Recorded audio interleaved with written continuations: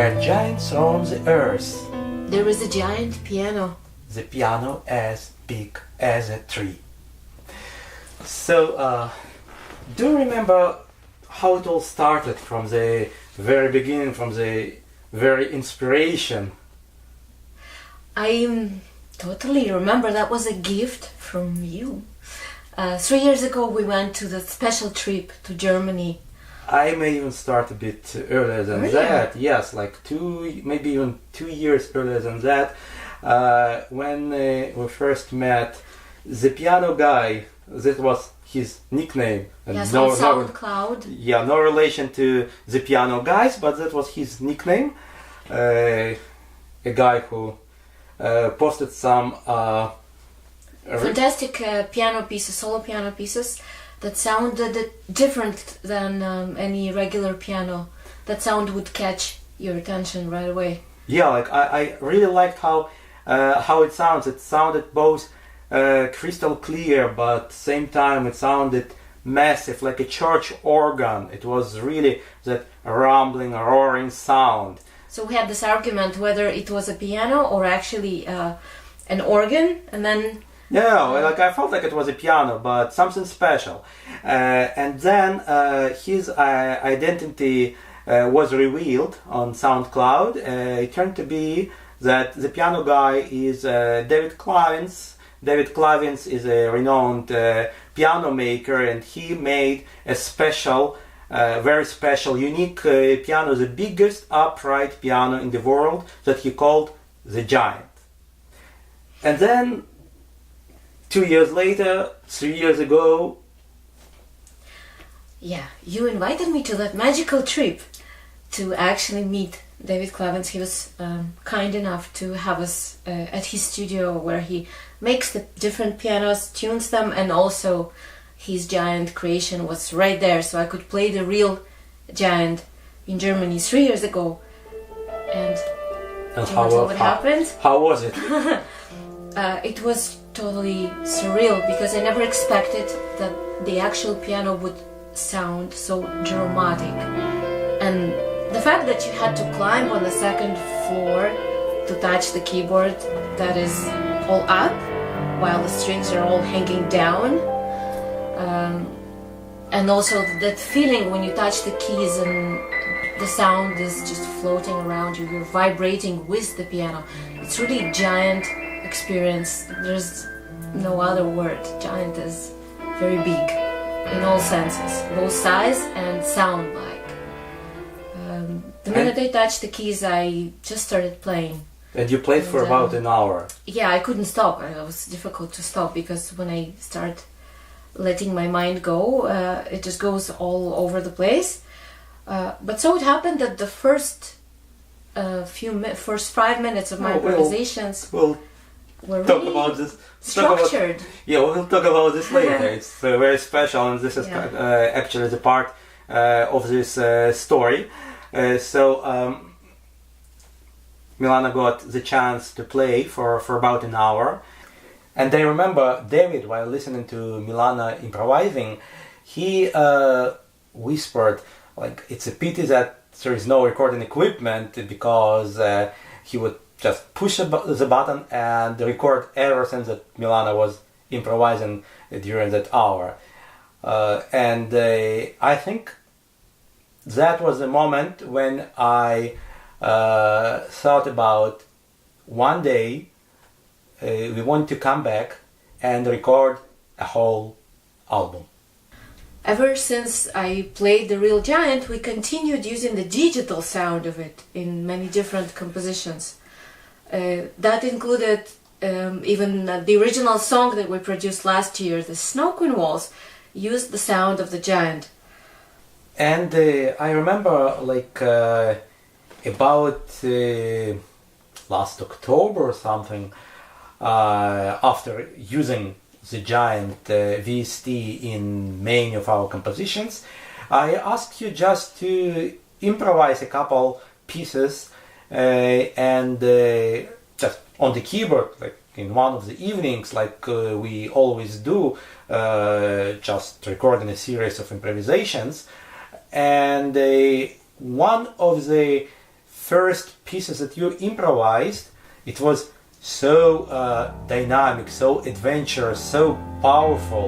And when, as usual, we were looking for the name of, like, how to name that track, the name "Where Giants Roam the Earth" came to mind, and we called that track that way, "Where Giants Roam the Earth," without even thinking or realizing that it will give the name to the future album. So on those special nights when I played on the digital version of the Giant, we got such names and such tracks as "Haunted Walls," "Burning," "Where Giants Roam the Earth," and all of that quality of Giant sound. It came right into those different compositions, whether it was rocking or very jazzy, very clear, crystal clear. I like the clarity of the sound, or the low sounds that are rumbling. They bring you right back into rocking tunes. And then we started seeing that. Do you remember the Burning? Like how I gave that idea of. Yeah, the Burning, for example, it was really nice to keep the left hand shaking, doing the tremolo. It was really vibrating, and then it gives the full composition, full vibe of the composition right away from the very first notes that Artie gives me. I just get the full idea. And then after recording those first improvised pieces, we started feeling the story. It shaped itself into the story of a journey to the land of giants, to some fantasy land, and there were some kind of parallels with our journey to Germany. When Milana played the giant, the real giant, for the first time, so it was like different pieces of the puzzle. That journey to Germany that happened in summer. So our journey in the album, it also started in summer. So it was Invitation to the Dream and Summer Tale, followed by Autumn Tale and Winter Tale, and of course Spring Tale. And in between there were also different compositions, different tracks that filled in the gaps between those seasonal tales, and we literally could draw a map of that magical land. Yeah, of that magical land. We even started drawing pictures for the album, and then this picture. Yeah, like one of the pictures that actually. And you want to say something about this picture that you drew? We just printed out the photograph of the giant piano, and I was so nostalgic looking at it and knowing that the album is now being produced. I just kind of reshaped it into my childish, naive style with actually watercolors and panda pastels. So it was all combined technique that is not conventional, but I love doing those. And Artie gave me the idea of the child, or, well, actually me, as a child standing and watching in awe in front of the giant piano. So yes, that was really fun to make. Yes, so it's like Milana, Milana, standing and looking at this giant piano, and I really like the shape of it. It's like it's standing, like it's not just a piano. It's just kind of, you don't see the eyes, you don't see the face, but it's like a giant that is standing next to Milana and kind of looking down towards her, kind of inviting her to this dream. But I also felt like white background is not dramatic enough, so I did a bit of Photoshop magic, and it turned into negative. Yes, into the negative image, glowing and shiny and dramatic with this dark background. And we didn't just record those pieces on the digital piano. I always get those crazy ideas, so yeah, always. So I really wanted to record it on the real giant, and not just on the real giant, but on its younger but bigger brother, sister probably.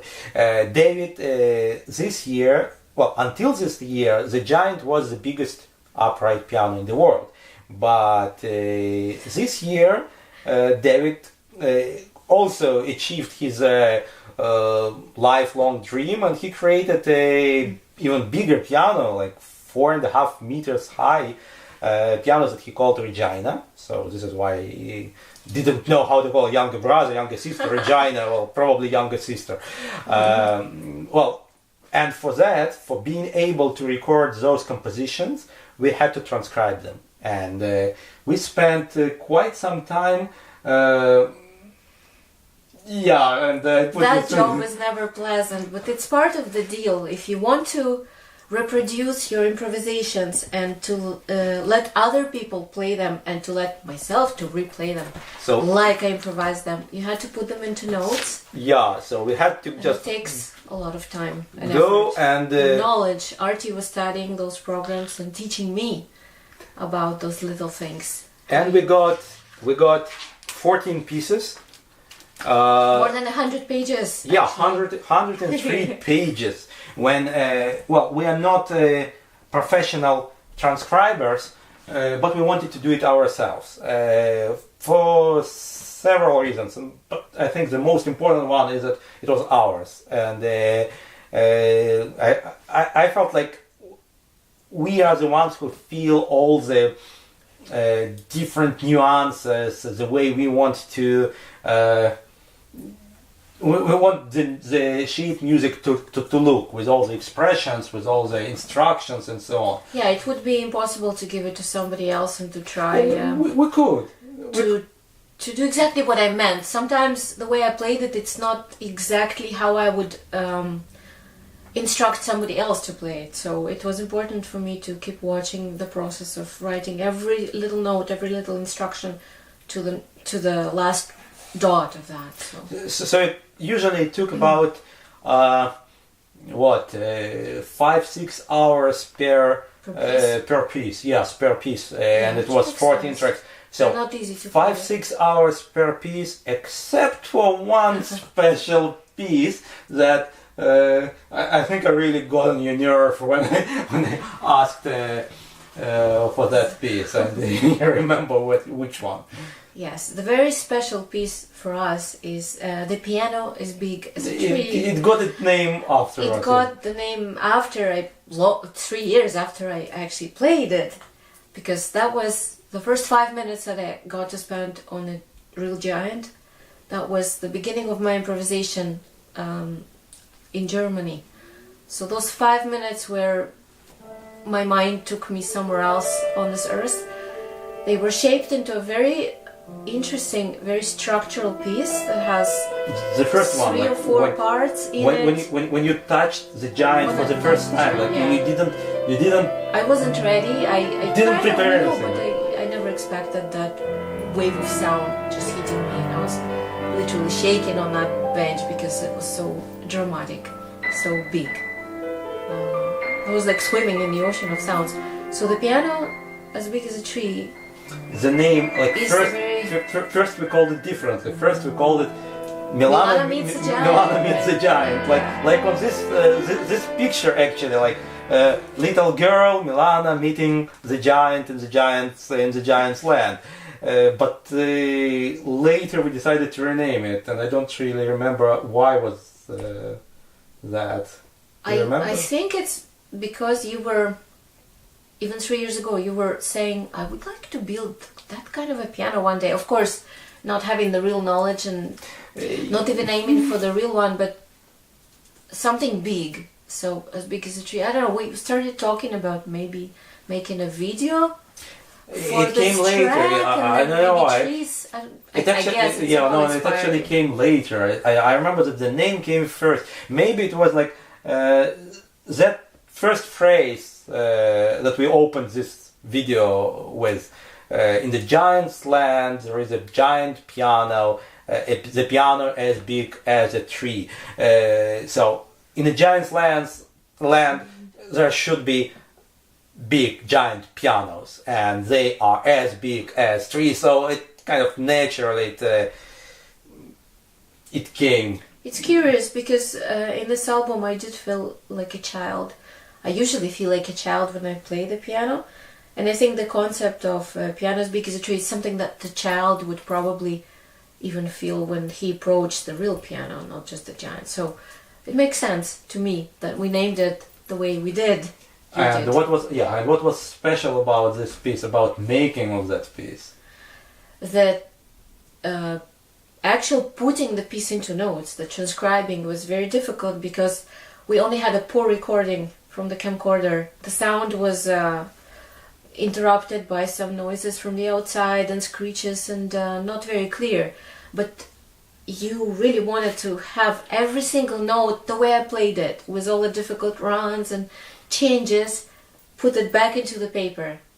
I really wanted. And it was worth it. I fell in love with that piece, and I wanted it to be recorded properly, but note for note, like exactly as it was played back then, 3 years ago. That moment of discovery, that moment of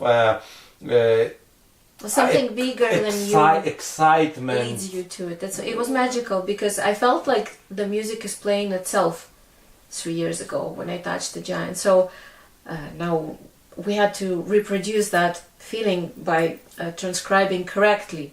So we did spend a lot of hours getting each single note exactly in its place with all the changes of speed and changes. Oh, Milana. I love going all over the keyboard. So all of the 88 keys were somehow covered by this hand or by that hand or crossing hands. And Milana was swearing a lot at me because I'm not a musician, but I have the ear for catching differences. So Milana played, so the way we did it, we just played, we split that piece, that poor recording, into sections of like 2-3 seconds long, and played those sections over and over and over again, and Milana tried to reproduce the same on the keyboard, and quite often I said like, no, it doesn't sound the same, and Milana was like and he was like, oh, what? Like, this is exactly the same. Like, what do you mean? Exactly this. And my ears are really good. Yeah. I must admit that the ear training that gives you is the best, actually.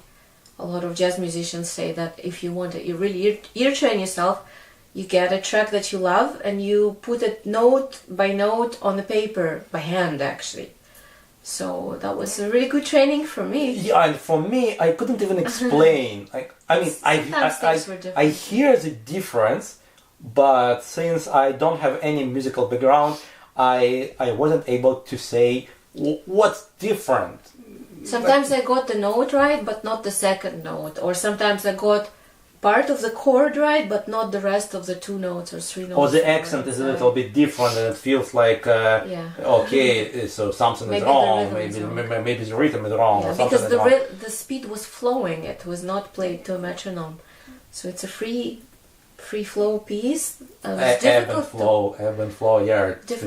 Difficult to conquer, but then when we put it on the paper and I played it again, it was so clear what to do. So, and it was 10 pages. 10 pages. 10 pages long, that's 10 right. 10 pages long. Well, we were generous with giving the space to each note so it's not too crowded and it's easy to read even if you're not a very advanced player. So we took it in our account. Yeah, and then the name. So we got, it took us 2.5-3 weeks to complete. Yeah, of summer, and I was suffering because the weather was so nice. And I thought, what am I doing? I'm not even going to finish this track. We're going to be behind the schedule. We're not going to release it on time. Marty always has a very tight schedule. Oh, yeah. I approached with my managerial style. I laid out a plan with different kind of lanes. Okay, this is a lane of transcribing other pieces, and this is a lane of just going and shaping the sound, producing the sound. And string, yeah. And then there is another lane of transcribing this piece by ear, and I kept kind of handling that situation and kept tracking the time and We had said, a diagram with yes, with diagram, like Venn diagram of like work Pac-Man. complete, work complete, work, and it was very, very reassuring to me that you kept pushing and you kept saying, "We're gonna make it. We're gonna make it." yeah. I always look like estimated time of delivery, and so like, okay, Milana, like we are going like ahead of time. Nice, like let's keep this tempo. We are doing good. And I was so happy when we finished on time, That even specific before time. piece, Yeah, was not just the like most- everything. Yes, the everything. most difficult to, with everything. And then, when we were so happy about finishing everything, of course, I came up with a new project to put us into the new stress. I wouldn't call it stress. It's part of the creative routine for us. We always need to know what's next, and I'm so grateful that you keep knowing and keep putting me in the lane for the right amount of time, right amount of practice for this next thing. So, Well, and I am happy that you still didn't escape from me pushing, like screaming, like, get out of here, let me just, out of your project. So the project that we started, it was actually inspired by this special track, by the piano as big as a tree. And as you mentioned, we like when I saw the giant for the first time, the real giant, that really inspired me. One day I want to create a piano, a real one. But of course it was more like a childish dream, because you really need quite some theoretical background and practical experience, of course, to be able to build an to actual build, to build a real piano. monster. This piano is quite monstrous. It's huge and heavy, and lots And of you details just are going in, need- like any other instrument. But to me, piano is huge. Not just that, you really need to know like what shape the frame needs to have, and where to attach the strings, and how to and fact the tension of yeah. those strings is enormous. So how to make it like not to bend and hold the tension and so. But anyways, I this summer I didn't really think about creating the real piano, but what I was thinking about, to make a music video. To make a music video for that, the piano as big as a tree. So let's create that piano, the piano as big as a tree, almost the size of the real giant, like 11 feet high. So, talking about the video, you always have that big vision in mind that sometimes is scary to me, because I know how much work is going to be behind it and how tight in schedule we are right now. And it seemed like it was almost impossible to do, including like, would we need dancers, or do we need to rent a hall? I don't know. All those difficult questions were burning in my mind. What were you thinking? Well, yeah, as I posted on Facebook not long ago, how did I put it? I said, like, if I didn't underestimate most of my projects, like half of them wouldn't happen.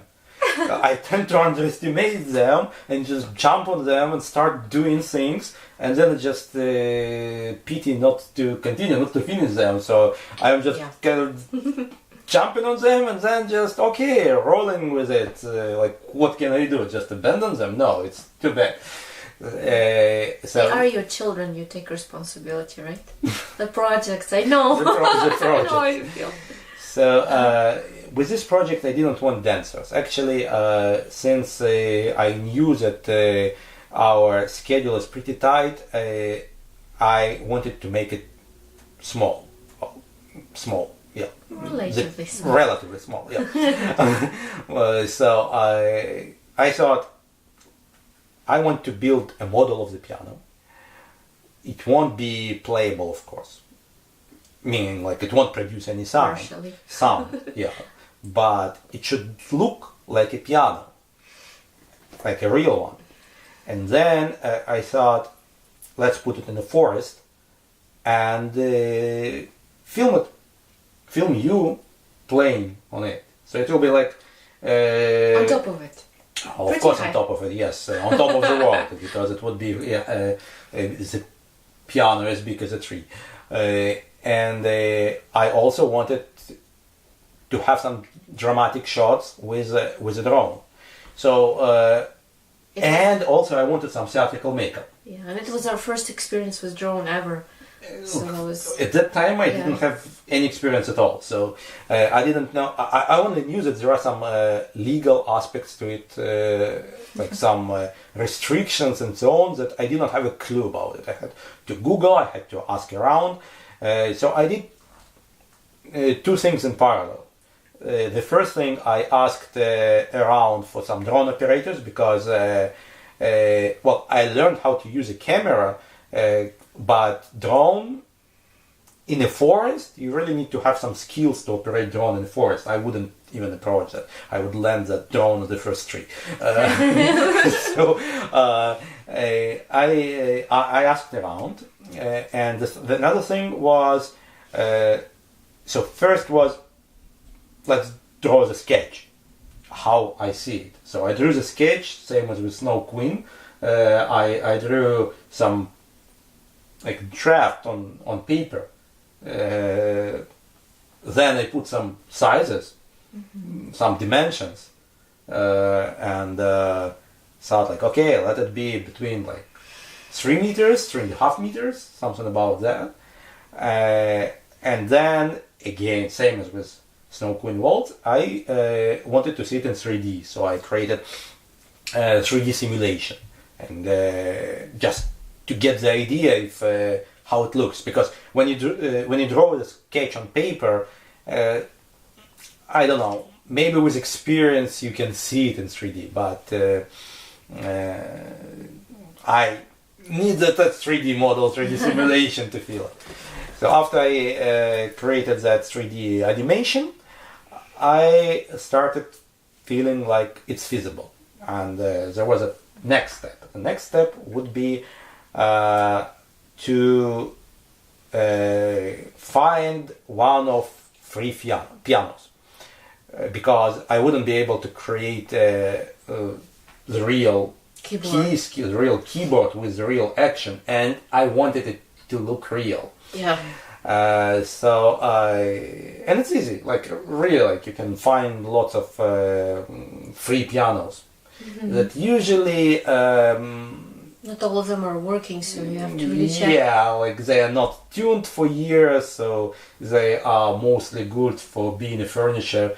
Anyways, but still I felt a bit, I don't know, bad about getting such a piano just to disassemble it.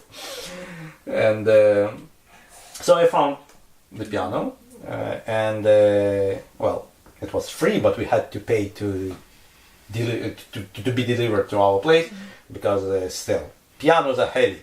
It wasn't a grand piano, but pianos are heavy. And I remember the face of the owners when I talked to them, and I told them, I mentioned them, what is the fate of that piano. Their face was like they were surprised, they were shocked, because they really didn't think about such fate with their old piano. And then I brought it home and had the first visit to Home Depot to bring some wooden planks and a bunch of bolts and screws and nails and this and that, and started making it without planning it really. Like that sketch and 3D simulation was the only plan. I really improvised. Like you do. Yeah. Like you do. Like you. Both improvisers. Yes, and it took like evening after evening and weekends. It took about 2 weeks, 2.5 weeks to create this. You can see those behind the scenes, how it was done. One of the most tedious parts was putting the strings. Right. Come on. So at first, yeah, I wanted it to be realistic, so I wanted to put 88 strings for each key. But you know what? After 50 streams, and I did it with Kyle. You broke down. After 50 streams, I said like, no, enough. We'll put like every other stream. But we do have more than a half of a real ones. So Yeah, that's very impressive. A real one, not even copper wire. I used copper wire for all the treble ones, and they were at the end they were quite nice, shiny. More sparkly than the real more sparkly. ones. And the real ones on the bass side, I actually took them off that real piano. I completely disassembled it, and then there was a the first time when I connected two parts, the bottom and the top and the bottom part, because I also thought about how to transport it, and that was another problem to solve. Yeah. What forest to use? Yeah. So in parallel, I was looking for drone operator for the forest and and tried to build it. And building it, I was thinking about how to transport it. So I made it like two parts, top and the bottom, that could be connected together in like a Lego. In the forest. But to see its real size, one day I connected them together on our driveway, and put it like, and that was like, wow. That brought a lot of attention from neighbors. Yeah, it's like, wow, what a monster, what a monster I created. Like it's just, it was enormous. I think like I'm crazy like to create this thing. And then the stool for you, that was the most important part. Not even the piano. So is it high? The piano is big as a tree, and this is the stool as big as a tree.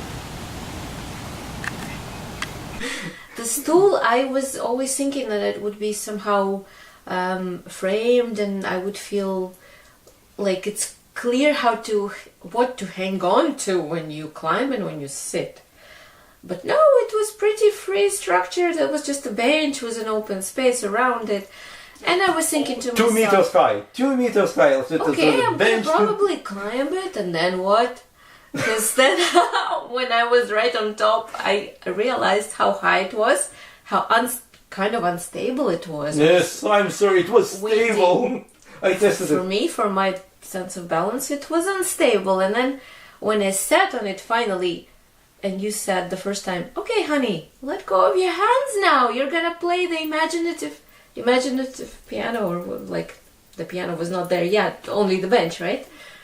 So I couldn't make myself let go of the bench because yeah, I remember you sitting like holding the bench and like and like squealing like, are you crazy? Like no, I'm not letting go. Like, when you give me the real piano, maybe I will put my hands on it, but no. Before the piano was in front of me, I couldn't let go of the bench. So that was one funny part of the story. So, location and the drone. It was another two big problems. So with the drone, we found the guy Nick Haddad. Who was kind enough to provide his skills and his drone to film this, and he was pretty enthusiastic. It was something new for him as well, something interesting. And he knew the legal side of things, like where it's allowed, possible, it's allowed to fly a drone, where it's not. I wasn't aware of that many restrictions. I was aware of some, but not the details. And based on his info, we started looking for the forest. So we learned from him that we cannot really use public forest. That was a surprise. Mm-hmm. So we focused more on the private properties, private forests. And then we found another problem that in Ottawa, there are not that many places where you can really fly the drone because of airports. If you draw a circle around each airport, you only get a few little spots on the map when you where you can fly the drone, and we were lucky to find, like when we posted that call for location on Facebook. So there was someone who wrote us personally, and we checked that location, and after shopping around, we actually decided that location. The first location was the final. was the best one. Ines and Ferenc Taptish. They were extremely friendly, and we are so grateful for their support. Not just the location wise, but they were very curious and excited and and patient because I know, patient, of course. Yes. Because I know for us it could be fun, but the filming process, preparation process, it's quite a long process and could be tedious process. Okay, let's film it from this direction. Yeah, let's film it again, and another take, and another take. Okay, now it looks good. Let's move the camera 1 meter to this, like in this direction. Let's film it again and again and again. So, I mean, I would say the first day was not as difficult as the second one, because with the drone it was very. I guess the neighbors got curious too. They started walking around, and I remember do you remember interesting moments there. The dogs came by, and you never know who's gonna end up inside the frame when you shoot. So that was. And do you remember another difficulty? What I put you through? About playing it by memory? By heart? Well, playing it from the memory, I mean, I thought I kind of memorized it. All the going up and down all over the piano and changing the speeds, but I really had to hear the speed that I played it originally, so it could fit, it would be simultaneous. It's like lip sync. Synchronized. Yeah, it's like lip sync. The music, so I had to have the phone play or something play the music for me as I kind of put my fingers right on time. Because this piano didn't produce any sounds except for clack, clack, clack, clack, clack. Yeah, like no strings, nothing. And Milana had to play just blindly, sort of. Yeah, blindly is exactly the same. And you tried to practice. At first, you practiced on the grand piano. So my practice was I didn't know exactly how to practice it because I was never involved in a project where piano was real but had no sound to it. So it was a deaf piano or something, mute piano. So I just practiced on my grand piano for hours and hours every day for about 2 weeks. Until I memorized the piece, but then I realized, now I have to play it on the digital piano with no sound, so I could really test myself in my memory. And then I realized I can't, because at first it was so shocking, I forgot everything. And then, I was wise enough to put the track on the phone. As I played the mute piano with no sound, it got a bit better. So I got myself to the next stage of practicing the piece. It's what I tell my students to do, actually. You have to dance the piece. So every single note is echoing in some part of your body and you move around. You literally dance on the bench as you play the piece with all your might, with all your power, all your emotions. So that was it. That's what I did in the final stages. When I still heard the track, but the digital piano was mute, was no sound, and I finally realized I could do it. However, the last difficulty was that I was high on top of that bench, and I was not restrained. Geographically, not like. Yeah, I was located pretty high. She was sitting on the bench, and the wind was shaking the piano. I thought that it was shaking the bench, so it was scary. Yeah, you know that the effect. I had no safety belt, by the way. I found it. I found that it's actually safer not to have safety belt, because if for whatever reason, I believe it won't happen. But if for whatever reason the bench and Milana would start falling, it's safer for Milana not to be tied to that bench, but to fall like separated from the bench, not together with the bench. But anyways, there was an effect of the moving train. You know, when you sit on the train and you see another train next to you, and one of those trains start moving, and you don't know which one. Is it yours? Is it not yours? So this is what happened. Milana's bench was pretty stable. It didn't move. But the piano that was attached to the tree, and it wasn't too windy, but there was some wind. So the piano just kept shaking. And Milana, since she didn't see anything except for the piano in front of her, and I was leaning on it with my hands to play. And she saw it moving, so she didn't realize that it's the piano moving, not her. And you felt like... And I kept feeling like I'm falling off the bench. So the first few minutes of our recording were devoted to me screaming, "Ah, no! Get me down now!" So yeah, it was fun. And then I got so much into the music. That's when it tells you that you practiced enough. When you can close your eyes, go into the music, and never mind the wind, the shaking, the difficult situation that you can't hear the sound. I was with the track, with the music. So this is enough. this is what I hoped for, that you will just start playing, and then you will forget about everything else that goes. So we filmed the first part, and the story. Actually, we got that story. Curiously, it got a kind of the same pattern. It begins in our studio and ends in our studio, and everything in between is a fantasy. It's a dream. So it's like Milana started composing this piece, and everything that happened in the video, it's actually her imagination that she put into notes. And so we had the first day. It was pretty simple video shoot session in our studio. The second one was her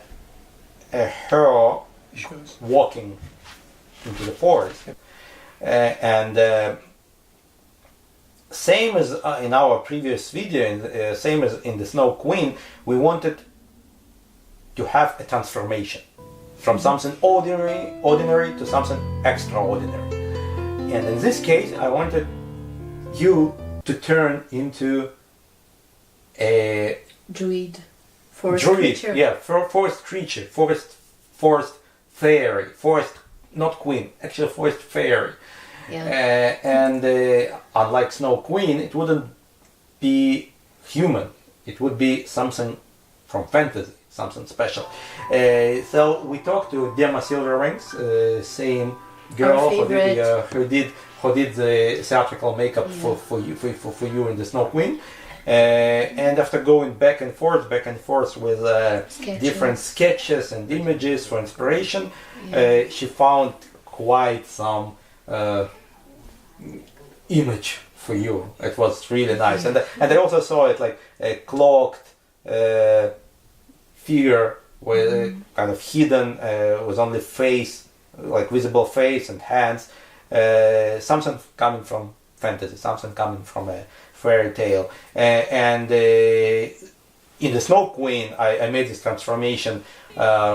Using the shawl, swirling shawl, when you transform from ordinary woman, regular woman, into the Snow Queen. And here I made it through like walking around this giant piano. So you walk as a regular, ordinary woman. It's okay.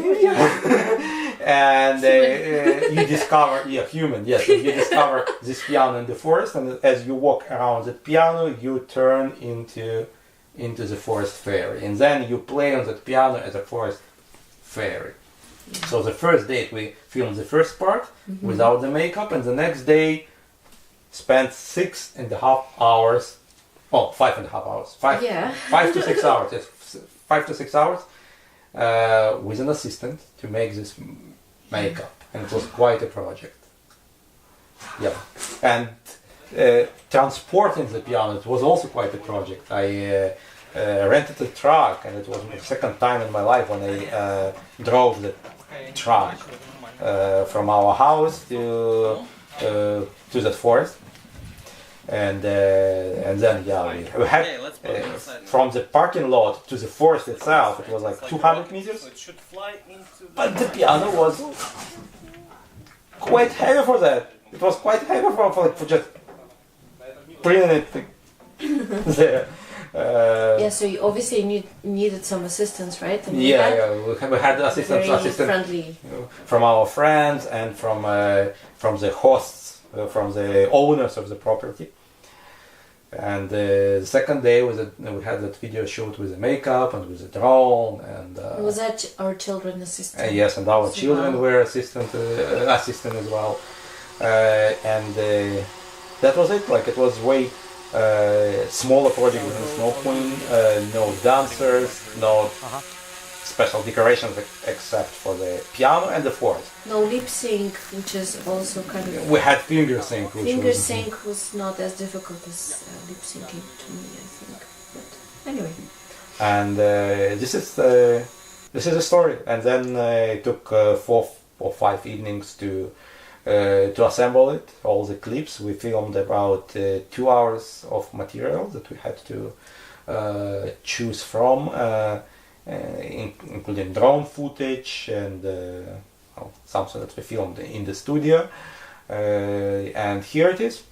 And some behind the scenes too.